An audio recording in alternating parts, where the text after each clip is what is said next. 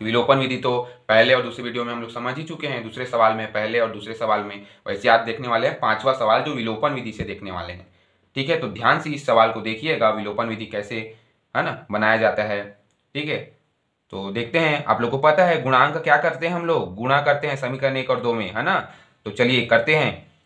यहाँ पर 3 का गुणा किससे करेंगे, समीकरण 2 से। ठीक है, समीकरण दो से गुणा करेंगे 3 से। और यहाँ जो दो गुणांक है उसको किसके किसके साथ गुणा करेंगे, समीकरण 1 से। समझ आया ना। ध्यान से देखिए, हम लोग विलोपन विधि और पढ़ ही चुके हैं, है ना। तो है ना, देख रहे हैं। फिर अपना आप लोग को पता है जो समीकरण 1 और 2 हम लोग बना चुके हैं, और इसमें अपने को जो गुणांक है उसमें गुणा करना रहता है। तो गुणा करते हैं, जो 2 है उसका गुणा समीकरण 1 से, जो 3 है गुणा x के साथ उसका समीकरण 2 से। तो चलिए गुणा करिए। तो 2 का यदि हम गुणा करेंगे समीकरण 1 से तो क्या हो जाएगा, 3 दूनी 6x हो जाएगा। ठीक है, 2 और 3 x का गुणा करिए तो 6x हो जाएगा। ऋण है तो ऋण।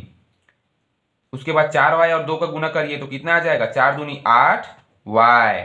ऋण है तो ऋण। ठीक है, 2 एकम 2 बराबर 0। ठीक है, समझ आ गया। ठीक है, आगे बढ़ते हैं, है ना। वैसी समीकरण 2 से गुणा करिए 3 के साथ, है ना। जो हम लोग गुणांक वाली संख्या से गुणा कर रहे हैं, तो समीकरण 2 से गुणा करिए 3 को, है ना। तो चलो करते हैं। 3 को गुणा करिए तो क्या हो जाएगा, 2x और 3 का गुणा करेंगे तो 3 दूनी 6x हो जाएगा। हो जाएगा। ऋण है तो ऋण लगा दीजिए।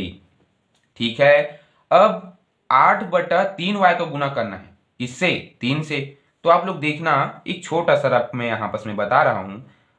8/3 है और 3 के साथ इसको गुणा कीजिए, मान लीजिए यहाँ पर। तो क्या हो जाएगा, 3 और 3 कैंसल नहीं हो जाएगा, हो जाएगा ना।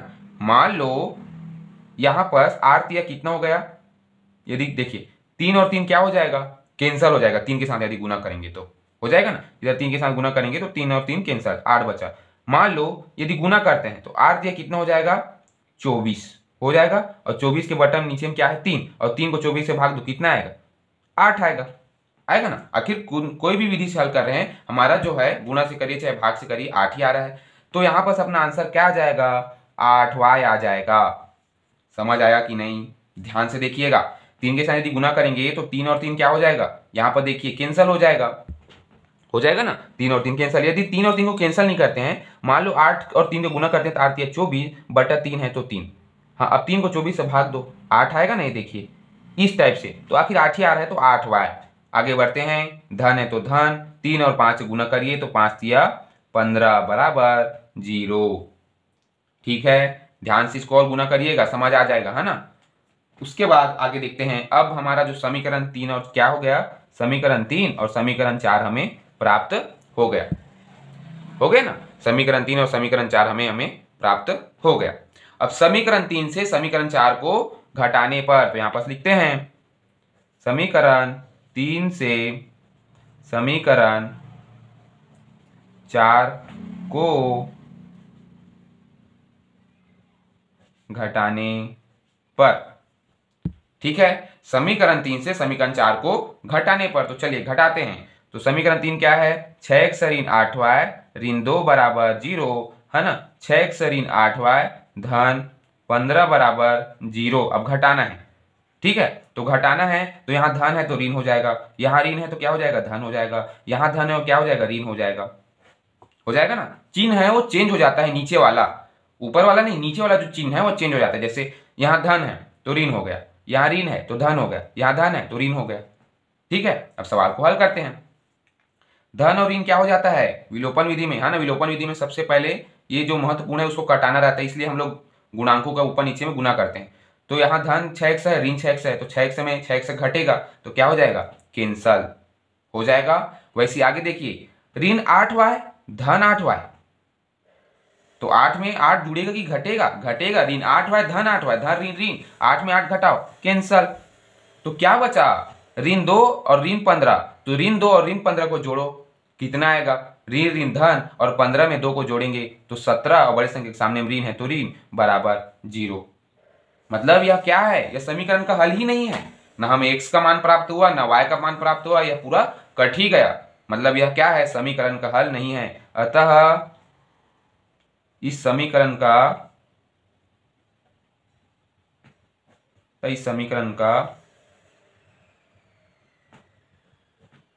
कोई हल नहीं है ना। अतः इस समीकरण का कोई हल नहीं है। यदि हम प्रतिस्थापन विधि से भी हल करेंगे तो कोई भी हल नहीं आएगा, वज्र गुणन विधि से करेंगे तब भी से हमारा कोई हल नहीं प्राप्त होगा। ठीक है, समझ आया ना। ध्यान से देखना वीडियो, अंत तक जरूर देखना, समझ आएगा।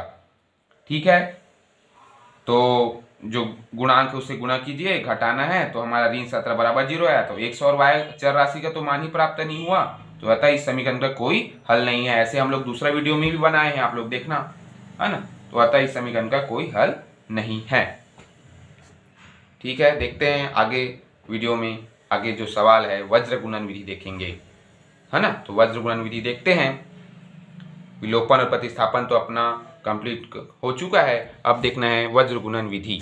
ठीक है, प्रतिस्थापन विधि, विलोपन विधि तो अगले वीडियो में समझ ही चुके हैं। अब हम लोग देखने वाले हैं वज्र गुणन विधि। ठीक है, प्रश्न क्रमांक 3 का 6वां सवाल जो वज्र गुणन विधि से समझने जा रहे हैं, तो आप लोग ध्यान से वीडियो को देखिएगा, आप लोग को जरूर समझ आएगा। ठीक है, तो देखते हैं वज्र गुणन विधि, है ना। समीकरण 1, है ना, और समीकरण 2।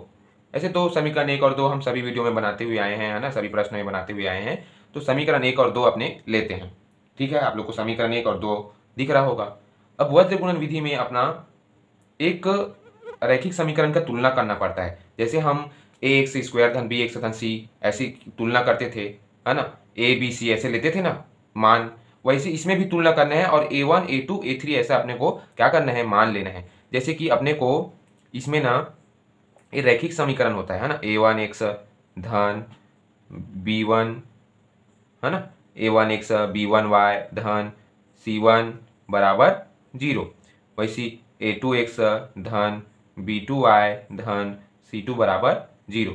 ऐसा क्या होता है, एक रैखिक समीकरण होता है, एक रैखिक समीकरण है, इसका तुलना करिए। जैसे हम पिछले वीडियो में देखे थे, है ना, अध्याय 1 में बहुपद में देखे थे, ax स्क्वायर धन bx धन c से हम लोग क्या करते थे, तुलना करते थे। तो तुलना करते थे तो a बराबर, है ना, कुछ भी, b बराबर जो मान लिया रहता है उसको, c बराबर ऐसे लेते थे ना। हमको भी ऐसी इस समीकरण से हमें प्राप्त करना है मान, है ना। तो किसका किसका मान प्राप्त करना है, a1 b1 c1 a2 b2 c2, ये मुख्य रूप से अपने, है ना, इसका मान हमको प्राप्त करना है। तो आइए देखते हैं, रैखिक समीकरण से अपने को मान प्राप्त करना है किसका किसका, a1 बराबर b1 बराबर c1। ठीक है, a1 b1 c1, वैसी a2 b2 और यहाँ पर c2, ऐसे हमको 3 मान प्राप्त करना है ना, तीनों का, a1 b1 c1 a2 b2 c2। वज्र गुणन विधि में अपने को ये तीनों चीज, है ना, 3 3 6 चीज अपने को हमको मान प्राप्त करना है। तो कैसे प्राप्त करेंगे, है ना, रैखिक समीकरण का एक सूत्र है, उसमें अपने को, है ना, अपने जो रैखिक समीकरण है उसमें अपने को तुलना करना है। जो a1x धन b1y धन c1 बराबर 0, a2x धन b2y धन c2 बराबर 0, ऐसा एक रैखिक समीकरण, इसे तुलना करना है। तो देखिए a1 क्या दिख रहा है अपने को, x मतलब उसके गुणांक कितना है, 1, तो a1 क्या हो जाएगा, 1। ठीक है, आगे देखते हैं b1 क्या दिख रहा है, b1y, तो b1 क्या दिख रहा है, 2। ठीक है, आगे देखते हैं c1 क्या दिख रहा है, 8, तो 8 लिख दीजिए। ठीक है ना, समझ आया कि नहीं, है ना। a1 क्या दिख रहा है, 1, b1 दिख रहा है 2, c1 दिख रहा है 8, है ना। वैसे हम आगे बढ़ते हैं। अब यहाँ देखिए a2 क्या दिख रहा है, a2x मतलब 2 दिख रहा है, a2 गुणांक, b2 का गुणांक क्या दिख रहा है यहाँ, b2y मतलब 4y मतलब 4, c2 क्या दिख रहा है अपने को, 16। समझ आया ना। ऐसे अपने को मान प्राप्त करना है, a1 b1 c1 और a2 b2 c2। और कहाँ से आया, एक रैखिक समीकरण का तुलना करना है। या तो रैखिक समीकरण का तुलना नहीं तो अपने को समझना है कि a1 बराबर यहाँ पास 1 है गुणांक, तो 1 लिख दीजिए, b1 यहाँ पर 2 है गुणांक, तो 2 लिख दीजिए, यहाँ पर c1 क्या है, 8 है, तो 8 लिख दीजिए। वैसे यहाँ पास a2 क्या है, नीचे वाला, ऊपर समीकरण एक a1 b1 c1 रहता है, तो नीचे वाला जो रहता है वो 2 रहता है। तो a2 बराबर क्या दिख रहा है, 2, b2 बराबर क्या दिख रहा है, 4, c2 बराबर क्या दिख रहा है, 16। दिख रहा है ना। समीकरण 2 मतलब 2, समीकरण 1 मतलब 1, ठीक है। तो इस टाइप से अपने को A1 A2 B1 B2 C1 C2 अपने को प्राप्त करना है। यही हमारा मेन क्या है, अपना पॉइंट है। अब इसी से अपने को सूत्र में मान रखना है। तो सूत्र होता है बहुत ही सरल, है ना, ध्यान से देखिएगा। सूत्र वज्र गुणन विधि का सूत्र होता है x बराबर y बराबर 1, ठीक है, x बराबर y बराबर 1। उसके बाद अपने को सूत्र रखना है ना, यही सूत्र है हमारा, x बराबर y बराबर 1। और इसके बाद अपने को मुख्य रूप से यह पॉइंट लेना है BC BC CA CA AB, है ना, छोटा है AB AB, ठीक है, मतलब बस बस बस काका अब, ठीक है। ये मुख्य सूत्र अपने को ध्यान में रखना है। तो आइए देखते हैं। यहाँ लेना है अपने को 12, फिर लेना है 21, फिर लेना है 12, फिर लेना है 21, फिर यहाँ पास लेंगे 12, फिर यहाँ पास लेंगे 21, ठीक है। यहाँ 21 है, 12 नहीं, ठीक है। समझ आया? ध्यान से देखिएगा वीडियो को, है ना। मतलब अपना सूत्र होता है x बराबर y बराबर 1, मतलब B1 C2 B2 C1 C1 A2 C2 A1 A1 B2 A2 B1, ठीक है।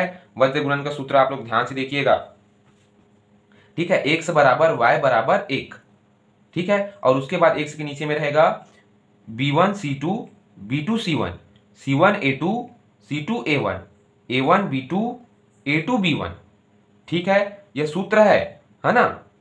और x के नीचे में क्या रहेगा, बस, मतलब BC BC CA CA, y के नीचे में, और a के नीचे में क्या रहेगा, AB AB, मतलब बस बस काका अब, है ना, ऐसा ऐसा। और उसके बाद क्या करना है अपने को, 12 लेना है, B1 मतलब BC मतलब B के मान में 1 और C2 के मान में 2, वैसे B के मान में 2 C के मान में 1, ऐसा। तो 1 2 2 1 1 2 2 1 1 2 2 1, और इसी में मान को हमको सूत्र में रखना है। तो आइए देखते हैं, बहुत महत्वपूर्ण सवाल। x, अब मान को रखिए, बराबर y बराबर 1, ऐसा मान को रखते हैं। तो B1 C2, तो B1 का मान कितना है, 2, गुणा, यहाँ पास गुणा है जी, ठीक है, यहाँ पास गुणा है, सब में गुणा है। और C2 का मान कितना है, 16, ये 16।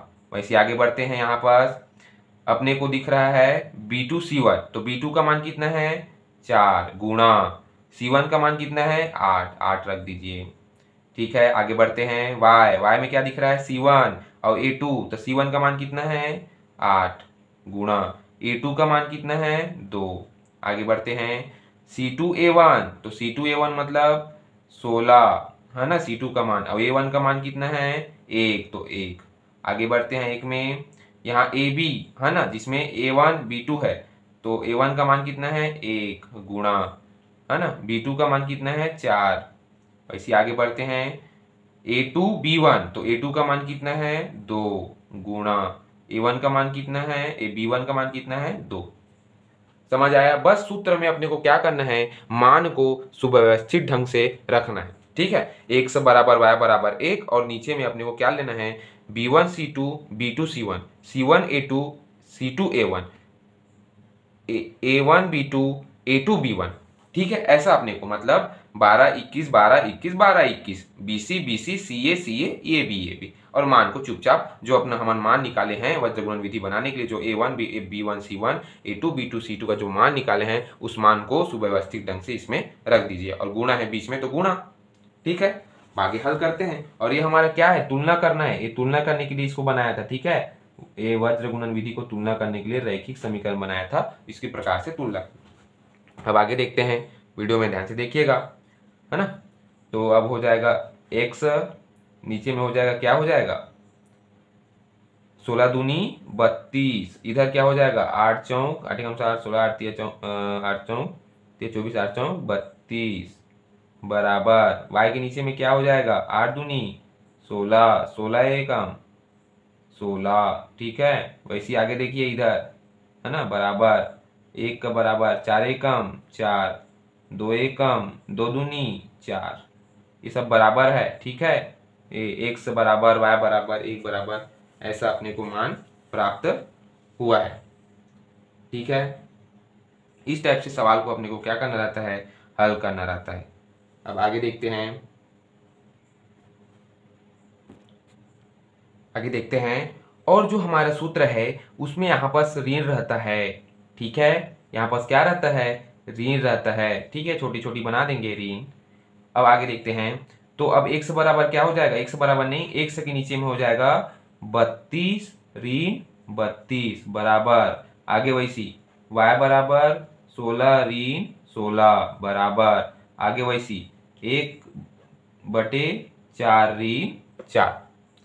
समझ आया ना, बस ऋण रहता है बीच में और सबको ऋण को चुपचाप लिख दीजिए, सवाल को हल करिए, है ना। जैसे कि x बटा 32 ऋण 32 बराबर y बटा 16 ऋण 16 बराबर 1/4 ऋण 4।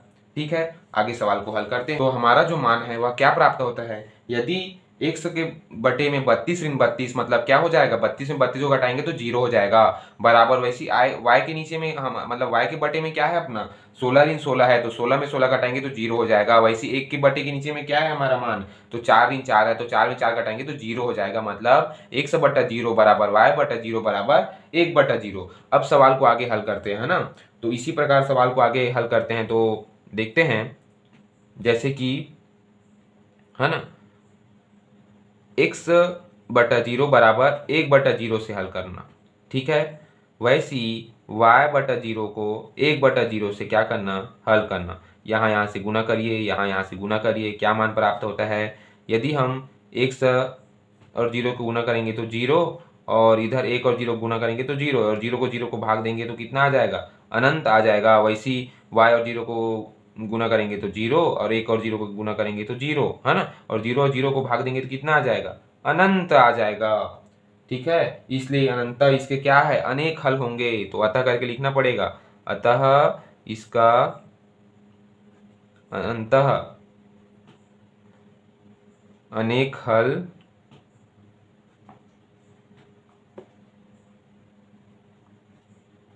होंगे। अंततः इसका मतलब इस समीकरण का, ठीक है, सॉरी, है ना, अतः इस समीकरण का अंततः अनेक हल होंगे। ठीक है, इस टाइप से सवाल को क्या करना रहता है, अपने को हल करना रहता है। ठीक है, वज्र गुणन विधि आप लोग बनाइएगा, है ना, और बना के देखिएगा। होमवर्क दे रहा हूँ, जो प्रश्न क्रमांक पहला है, प्रश्न क्रमांक तीसरा का जो पहला सवाल है वो आप लोग के लिए वज्र गुणन विधि से होमवर्क है, आप लोग को खुद बनाना है स्वयं से। ठीक है, ये इसमें यहाँ पर गुणा करना है अपने को, तो 0 0 मान प्राप्त होगा, और 0 और 0 को भाग देंगे तो क्या मान प्राप्त होगा, अनंत। अनंत मतलब 0 0 अनंत तक। ठीक है, तो इस टाइप से सवाल को अपने को हल करना रहता है। तो अतः इसका मान क्या आ रहा है, समीकरण का मान अनंत अनेक हल हो रहे हैं। ठीक है, नहीं समझ आया होगा तो वीडियो में बताइएगा।